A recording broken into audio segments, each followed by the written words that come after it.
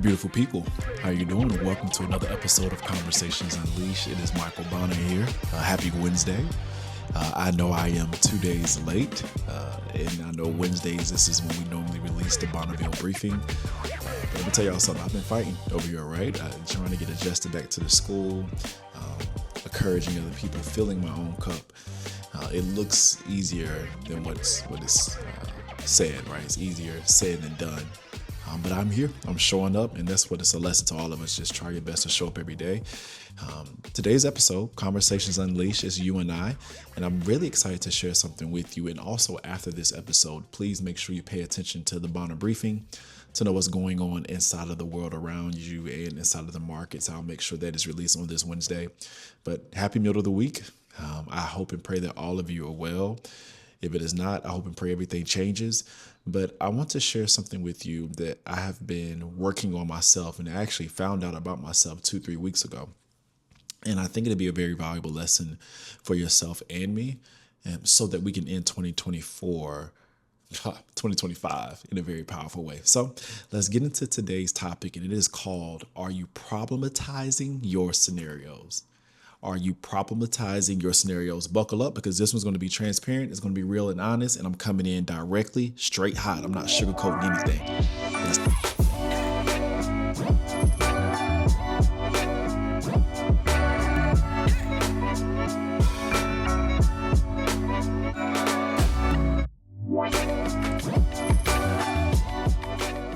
So what I want to do is I want to go ahead, and I had to take my jacket off for this one. This school year has been starting off pretty good, pretty strong. The kids are incredible. There's no question about it. And they love Mr. Bonner. I love them too. Last year's sixth grade crew for me performed so well. If you ask me, their numbers were incredible. The numbers they put up for iReady to determine if they learned. And if you know anything about the Ron Clark Academy, teaching while there are a group of people around you, every Thursday and Friday, normally, mostly for the most part of the year, on top of juggling everything that I have, I'm really proud of myself, and I'm proud of them. Because not only am I talking the talk, but I'm actually walking the walk, and that is extremely important to me. So the new data for sixth grade has come in, and half of the class is doing incredibly well. Half we need to catch up, and that's natural. Our students are no different from everybody else. But I'm excited because I'm going to tackle it in the same framework that I've been talking to you all about. You know, I am big on frameworks, and the framework that I've really spoken a lot about and created myself this year is beliefs, expectations, and systems. I think those three put together are very powerful. Belief, who you are. Expectations is the boundaries you set for yourself and other people. And that's why I try to tell people expectations, you can't really doubt that, because expectations are powerful because you sort of set the tone. And there's a quote I created that says, if you keep letting people slide, they're going to think you are a playground, right? And that just speaks to the power of drawing hard lines in the sands.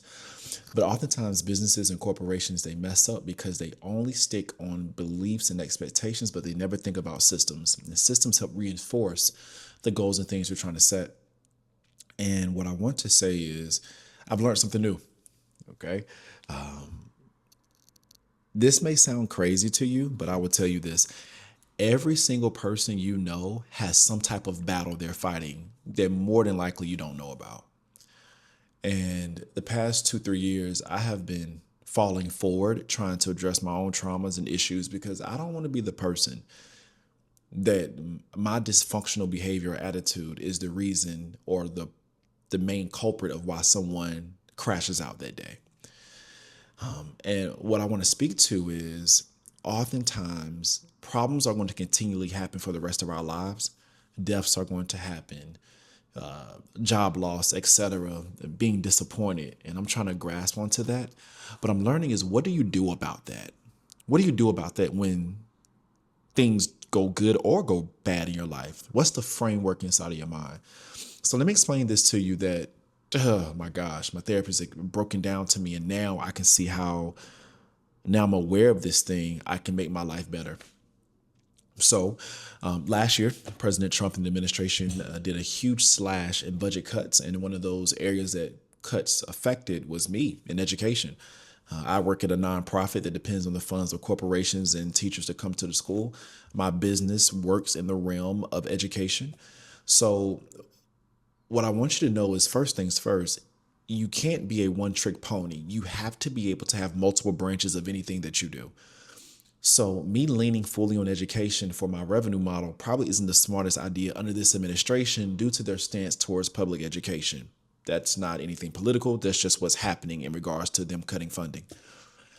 And one of the things I've been trying to do is to step more into corporate, right? Get into corporate speeches because I'm a great speaker and I know that I can rock it out in education. And every time I've had a corporate speech, I kill it. So what's been happening is I've been fighting at it. But if you ask me, and the truth to the data with my agent, the corporate speeches get turned down. But when they do come through, we make it happen. And I have one coming up in Boston, Massachusetts. I'm really excited about it. And I was talking to my therapist. I'm like, oh my gosh, I got a corporate speech is happening. All right, I need to find a videographer. Okay, the photographer. We got to make sure they get film and footage to show everybody else. And then let me go ahead and figure this out and let me work on this. And what happened, everybody, was I was so consumed about trying to figure it out and put things in pieces together that I didn't even appreciate the moment. I didn't even appreciate the fact of, hey, you have one. You get a chance to prove yourself. And my therapist looked at me and he said, Michael, do you recognize you're problematizing your success or scenarios? And I was like, what are you talking about? And what he was saying was, oftentimes what happens is when something good happens or bad happens, there's a framework that takes place. You get the raw data of that event happening, and then the part behind the raw data is the narrative or story that you may tell yourself. So here's a good example of the framework of raw data or problematizing your success or problematizing your scenarios. You go into your job, you see your boss coming down the hallway, but they don't speak to you. That's the raw data. You're at your job, your boss doesn't speak to you. The second part of that framework, narrative and story. If you have a dysfunctional mindset or have not dealt with your trauma, or you create scenarios in your mind, you will say something like, oh my gosh, they may not like me. Am I about to get fired? They must hate me, etc. You are creating scenarios that aren't true.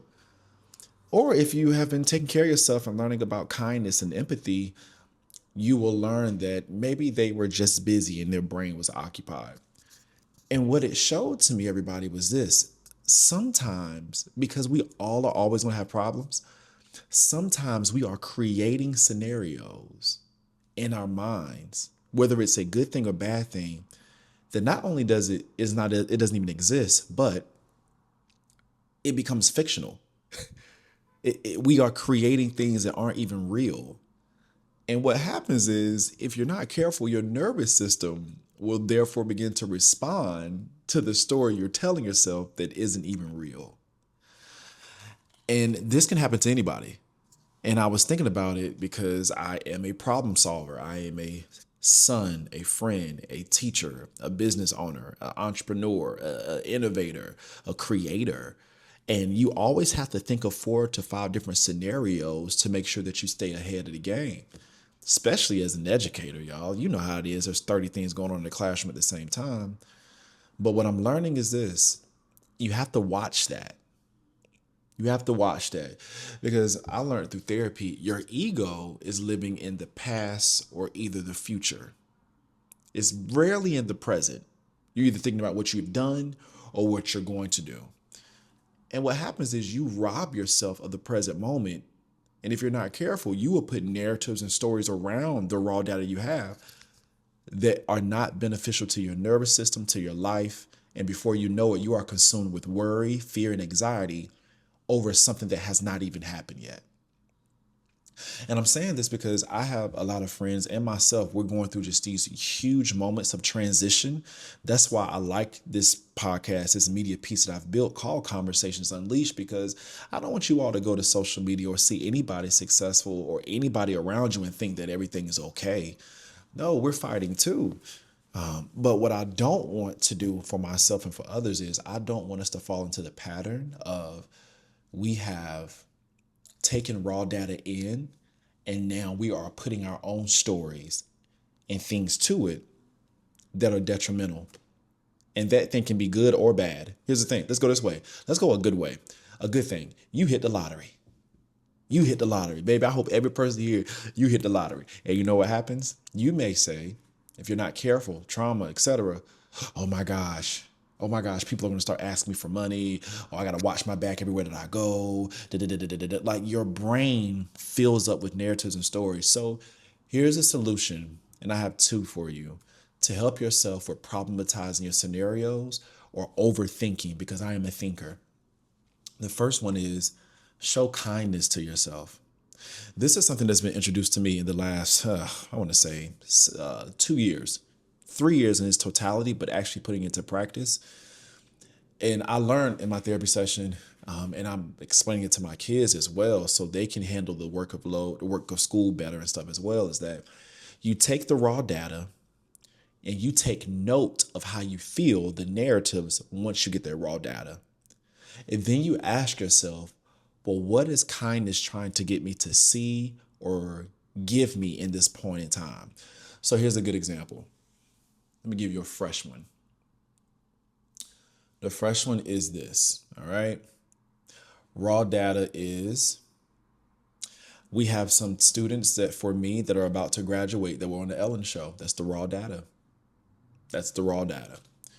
The story I have around myself is, well, Bonner, you said you want to give them something or have a fund that you can be able to contribute to further their education.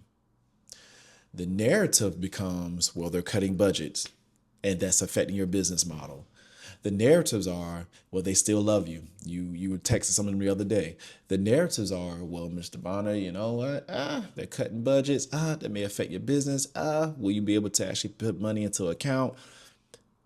And what kindness is, as I told you, steps up to the plates and say, hey, we acknowledge all of those different narratives, but what do you need in this point in time to stabilize yourself so you're calm? And that's just been the piece I've been missing. I don't know about y'all, but for me, I don't really take as much time to sit and be quiet and be still and say, what is it that I need to be calm, to solve this problem, and to just be present and breathe in this moment? So, hey, here's just a gentle reminder to all of you. And this is coming from someone who has hundreds of thousands of followers, who speaks to thousands of people every year, who have thousands of people come to the school to watch us teach.